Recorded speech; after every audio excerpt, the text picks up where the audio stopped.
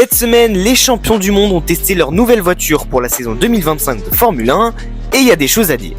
Bon déjà, la livrée de la voiture, c'est rien de définitif. C'est juste une livrée camouflage pour éviter de trop voir les évolutions techniques comme ça a déjà été fait par le passé dans d'autres équipes.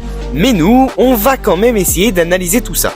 Aujourd'hui, j'ai pas fait ça seul car je serai accompagné de Team F101 et pour ça, on s'est aidé d'un document publié par Ohad Park sur Instagram.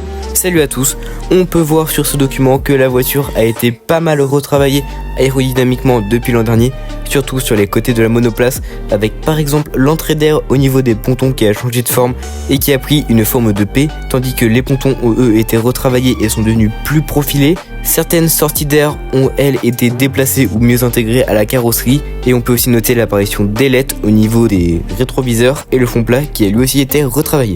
Merci à toi Tim, maintenant analysons les suspensions.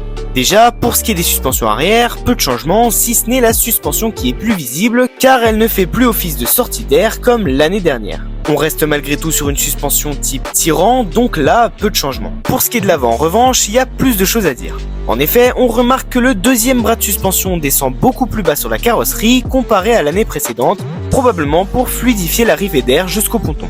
Et selon toi, est-ce que ces évolutions vont marcher ?